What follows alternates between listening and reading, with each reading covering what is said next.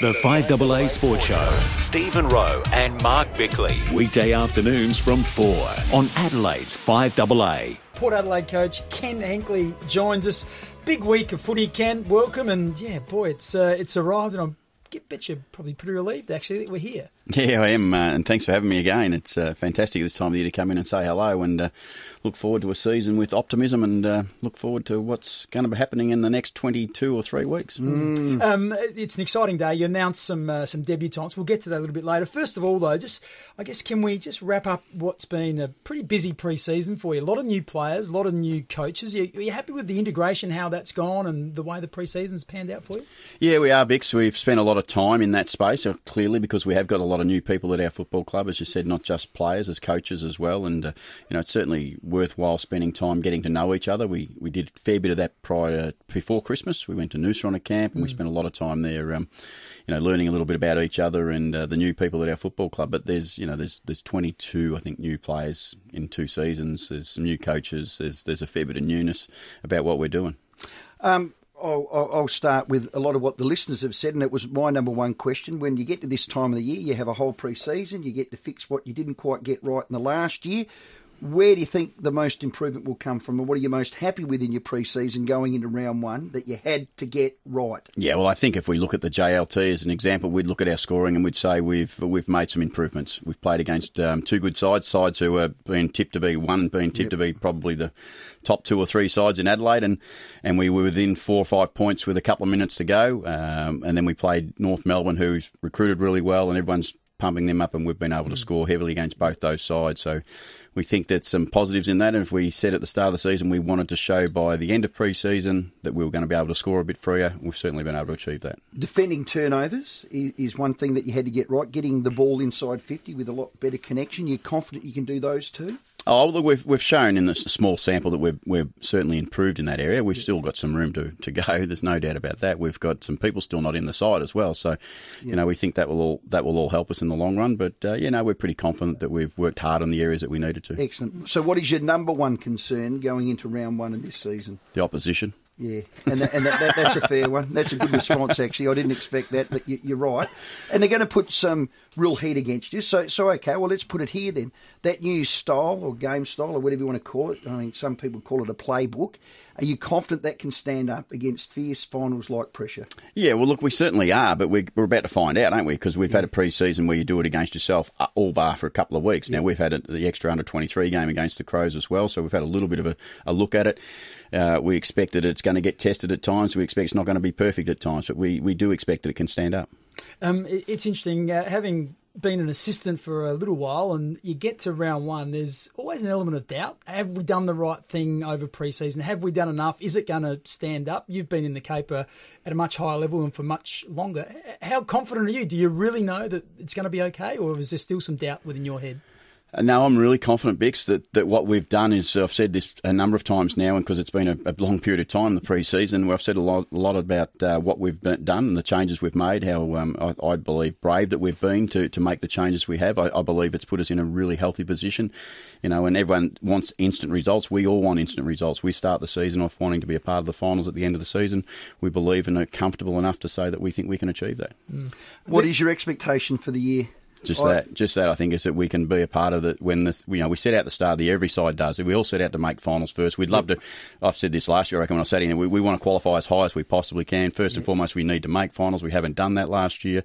That's where we set our goals this year, is to get up the ladder as high as we possibly can. And who knows what the season will bring, but we're hopeful that we can produce the stuff that makes you play in the finals. I still have a sense that it's top 8 or bust for you guys, from your fans, from internally. Do you think you've got a top 8 team? I think everyone should be top 8 or bust. That's my first thought. That's what you set out to do. We don't start. I wouldn't think there's many clubs right now planning not to play finals.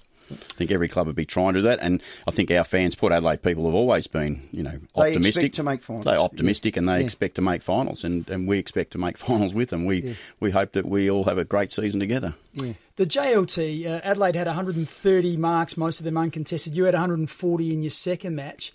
Is it home and away like home and away enough, or is the gap getting bigger between the JLT and the real season? Is it good enough build-up for you? Are you happy with it? Yeah, certainly good enough build-up. I think that's okay. You want to trial a few things and you want to play some, different people, different spots. Yeah. You want to play against good opposition, and you do need to play against something different than you do at training. So that's the first thing you need to do. So I think the JLT system works pretty well for every club, I think, so far. And we've had some new rules. Have you held anything back? You saving anything for round one? I hope so.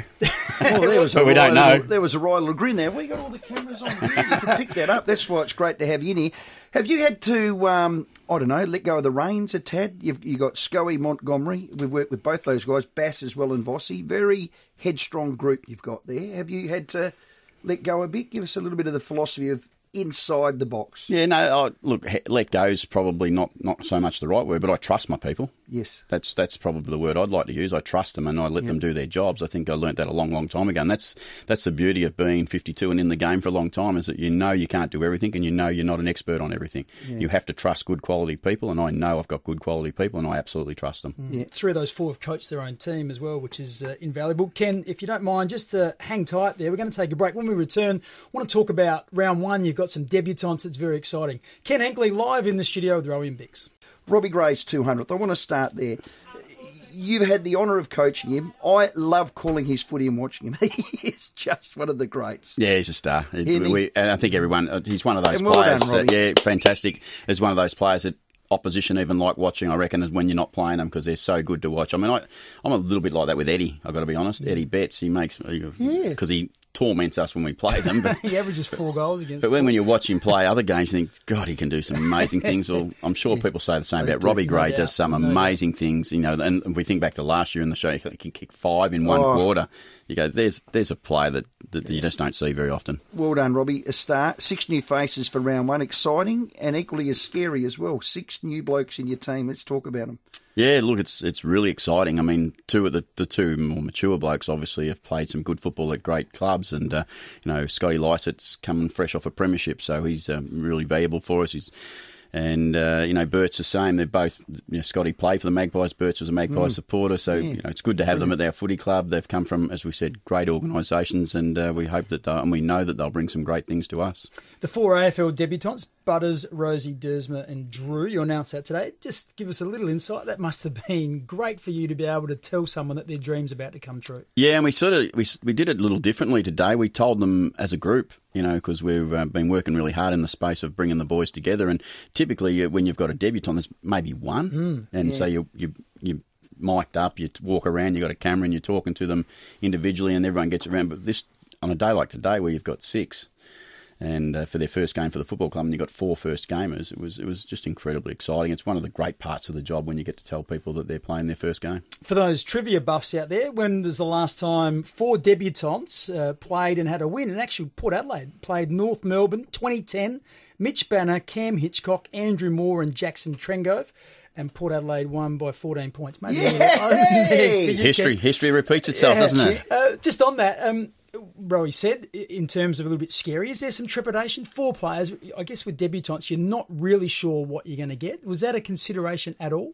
Not so much as far as, because you go on the mountain of work that they put together over the pre-season, and they've done really well, all of them, and they all deserve their spot. I said today when I was, the high first round picks typically more often than not play now, and they're talented. But these boys haven't just got games because they're high picks. They've got games because they deserve those games on their pre-season work, and they've played some really good football. And we've seen them in the JLT where they've looked, look like they can play. And we've seen that all summer. So they bring some real speed to our team. We talked about ball movement and that before. We also thought that some leg speed was equally as important to us, and all of those bring some of that to us.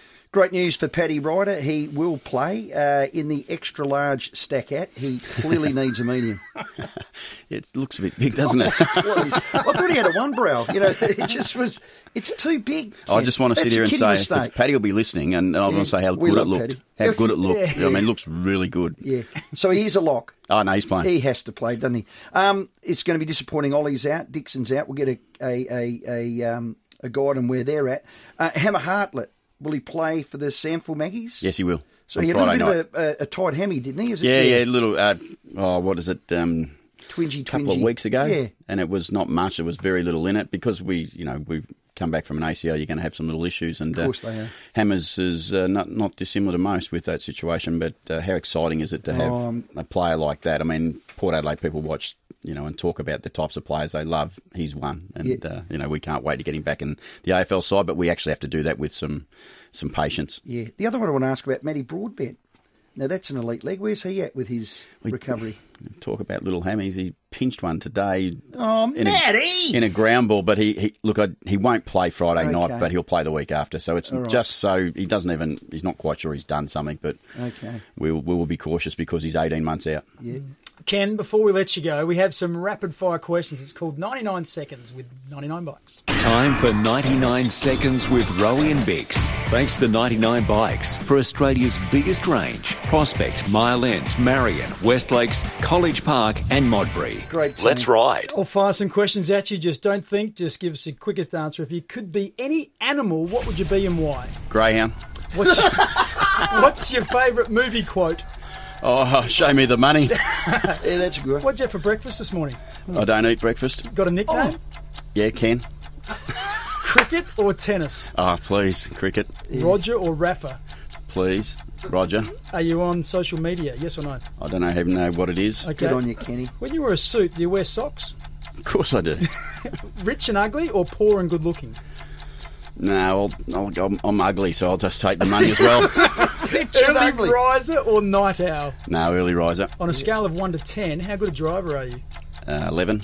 Can you say something in another language? Ni hao. You'd say that. Would you rather be Kim Kardashian or Donald Trump? Oh, please, and pass. Well, one's got a big ass. Favourite pizza topping? I'm an Aussie. Pineapple? Yeah. NFL or NBA? Oh, NBA. Sunrise or sunset? Sunset. Do you snore? I think so. On a scale of 1 to 10, how cool are you? 10. Oh, you are not. If you had, this is the final one. If you had a time machine which could go into the future or the past, which year or decade would you visit? I'll be in 2019, September the 30th. Yeah, that's a great answer. 99 Bikes, Ken Hinkley, fantastic. And thanks to their new shop at Modbury. Great work. We love you coming in. All the best for the year. There's a lot of optimism. There's a lot of hope. Certainly a lot of excitement. You're one of our two teams here. We love the fact you come in. All the best. Round one's exciting. Let's hope you are there in that last day in September. Good on you, boys. And well done. Thank you, Ken. Ken Hinkley was our very special guest live in the studio. We're going to